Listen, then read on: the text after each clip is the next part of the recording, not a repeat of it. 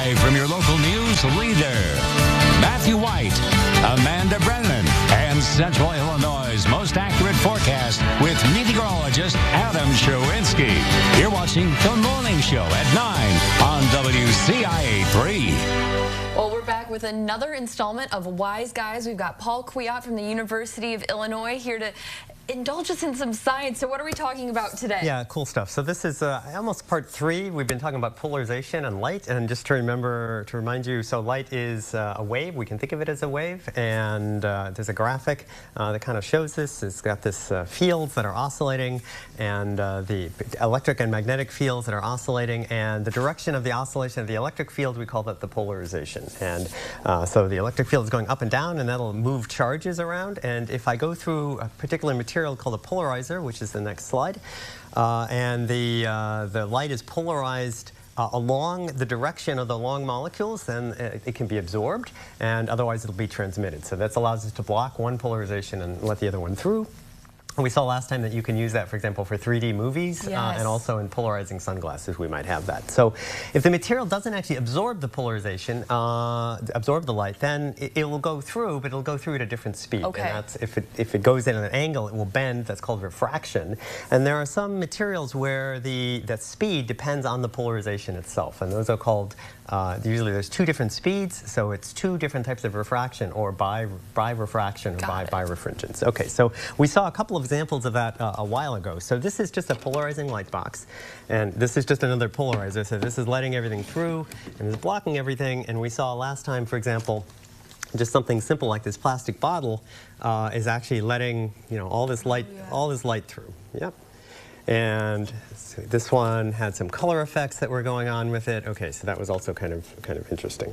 So what is actually causing this refraction, or this birefringence, I should say? So if we go to the next slide, it's that there's some sort of asymmetry in the material. So for example, it might be that it has a crystal structure that's not really symmetric, that's like rectangular. So things that are oscillating along where the crystals are the atoms are more closely spaced, the polarization will be different than if it goes along the direction when it's further apart. Or if we have something like saran wrap or something like that where we can do a stretch. So I have some other demos of that. So here's just a normal piece of plastic which is stretched out. And when it's stretched out, a little hard to see, when it's stretched out, then the molecules are going to go in one direction. And so right now, the 2 different speeds are going to be associated with whether you're going this way or this way. So if I put this in just like this, it doesn't really do much. But if I now allow us to do something where we can see the difference between those, we can compare the difference. I see all these different color effects happening. I can do this with this other one, also another piece of plastic where we don't see too much, but then I see all these kind of colors when I'm looking at the different orientation. And we could also do this, for example, with a piece of saran wrap here. So I'm just normal saran wrap. I'm just going to pull on this, and when I do, it's going to change all of the directions and the spacing, and you can see all these colors appearing as I start to do that. Yeah. Okay, so another way that we can change the polarization is the next slide, is that if we have the molecules are actually different sizes, like in a liquid crystal, that's like what you would have in a digital watch or also in a display, then a light that's polarized along the long direction is going to go a little slower than light that's polarized perpendicular to it. And then the last one is if we can actually induce stress on a material.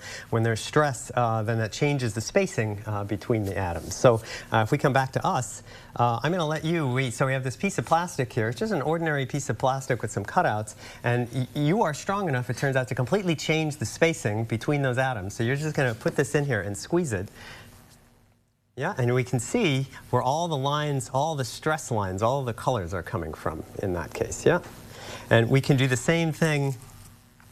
Yeah, awesome. Yeah, very strong of you. I can do the same thing just with this piece of plastic. If I rotate it, you can definitely see all these different stress lines. In fact, there's also a bunch of stress in my own glasses. If I just put them in, we see all these kind of interesting colors that appear where all the polarization is being changed. And one of the reasons I like this is you can do these experiments at home actually really quite easily. So you need a source of polarized light, and in fact a laptop itself. This is just my monitor, and it's polarized, as we can see with this polarizer. I can block the light or let the light out. And almost every monitor is polarized because they're all using liquid crystals in order to show you what you want. And also you can play with polarization with something simple just like cellophane tape. So this is just some ordinary cellophane tape that's on a piece of glass, and we can get all these really fancy colors that come out. So you can like make secret messages and artwork and all kinds of fun stuff like that. Definitely a little science project maybe while kids are home over winter break. Would be perfect. Next little few weeks here. Indeed. Awesome. Well, thank you so much for joining us this morning. We'll be right back with more news and weather after this. Thank you so much.